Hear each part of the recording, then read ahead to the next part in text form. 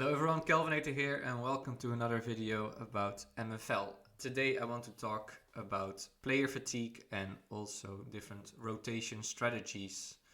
So before we start talking about player strategies, rotation strategies, I think it's good to explain what is fatigue.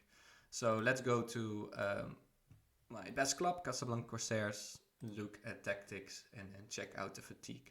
So what is fatigue? Fatigue means that players start, of course, they first 100% of their energy. When they start playing matches, they lose energy. They get tired, of course, like in real life.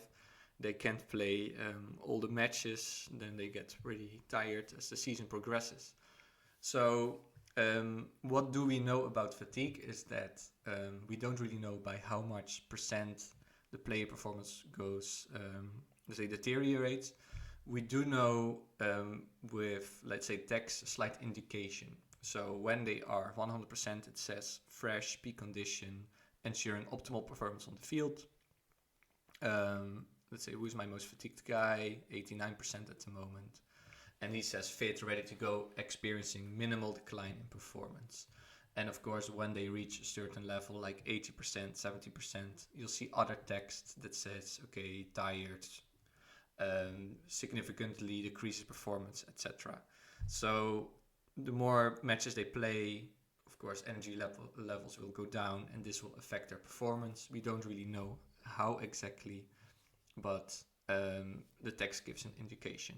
So because players get tired, they get fatigued, you need to rotate them and sub them and make sure they don't play all the matches, or you probably have a big problem and you start to lose a lot of matches because you play with tired guys. So that's where rotation comes in, where you want to start rotating your players. I want to talk about three main strategies. There's probably more, but I think there's, broadly speaking, three that are being used in the community. First, I'm going to talk about the one that I use, which I call continuous rotation. So continuous rotation means that for each position you have three players who are pretty much the same or pretty similar, which you keep rotating the whole time. So for example, my strikers, I have Arango here, Madrid and Molina. They are 77, 76, 76, so they're pretty comparable. And I keep changing them, let's say, continuously. So Arango Madrid plays, then maybe who's the most tired now? Like Madrid is 95%. So when he gets tired, then I'll put Molina in his spot. Then Arango will be tired. I put Madrid in his spot. Then Madrid will be tired and Molina comes back into the squad. So with those three, I have three players for two positions, which I keep rotating. I don't really look at the upcoming matches. Maybe I should do that. Sometimes I do it when I know it's a very weak side or I'm already out of the cup. So then I try to rest my best guys. But I keep continuously rotating. When do I do it? It's usually when they turn the lighter green color, which says fit. So when they turn from fresh to fit, that's when I swap them. So now Buki is not fresh anymore, so I'll put Altintok in his place, make him captain, so he's a little bit better. Johannesson is fit and not fresh, so I put Sadek in his place and change him here.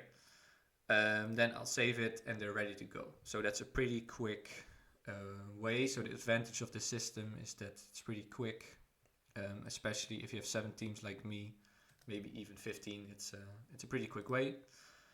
So this is continuously, you keep rotating them when they start hitting that fit level. Some people like to go a bit lower. I like to keep them as green as possible, but that is my personal preference. Maybe your level can be 85 and you drop it a little bit lower. Okay, let's talk about the second strategy, which I'll show you with this team, CD Ganaderos. And that is the full rotation.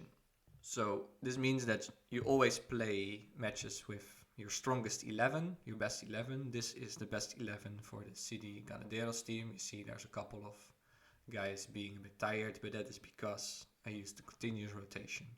So let's say you all start at 100%, you let them get tired. When they maybe hit 92, 91, 90%, all of them, you rotate your full squad. This is also pretty quick. You can set this up for each team, which makes it very quick to do. So for example, I load the full rotation team and I have the best 11 team. I load full rotation and they change to all the, let's say, the weaker player for each position. All the good players rest, and next match they'll be fit again to play my best 11. So this is a very quick way. Also, if you multiple teams, it's a very quick way to rotate and make sure everyone stays at a pretty good energy level. Of course, the disadvantage is that, maybe 1 out of each 5 matches you play with a significantly weaker team, which hurts your results. Maybe you do this when there's like cup games. Some people do that when they fully rotate with a cup game and play cup games with their B side and league games with the A side, or the other way around. So you can play around with it, but it's one strategy that I think is used especially with people with loads of clubs who don't have time to manage them. Okay, let's talk then about the third strategy, which I call the flexible rotation.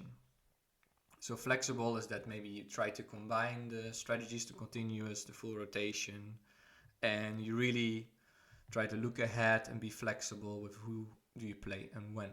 So for example, I look ahead, I see I know this team is a bit weaker, so then maybe I go for a weaker squad. This pretty strong team, Quito Mercenaries, is also a super strong team, so then I want to make sure I have my good guys, so I can plan ahead and maybe rotate them right now when I play the weaker side. So then maybe I should play all my weaker guys. Maybe you have a stint of like 4 or 5 really important matches and you let your best guys get more tired, maybe even down to 85-80%.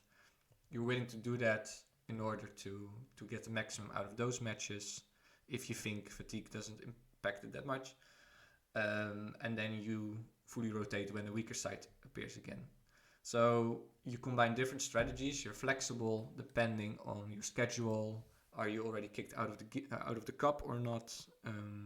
Do you have, let's say, 2 weaker teams in a row? So you try to be flexible. I think this is the best strategy in terms of maximizing results. Also the most time-consuming strategy. So if you have multiple teams, it will take quite a while to really plan this ahead. So this is really for the passionate managers. I think if you have one team, I would really advise you to be a bit flexible with the rotation. But I prefer continuous because I think it will also get very good results. And I'm a big fan of full rotation only when I know, let's say I'm already kicked out of the match, the cup, sorry. So let me know, what is your strategy? What is your take on rotation? What do you think? And let me know in the comments. Thank you for watching and see you next time.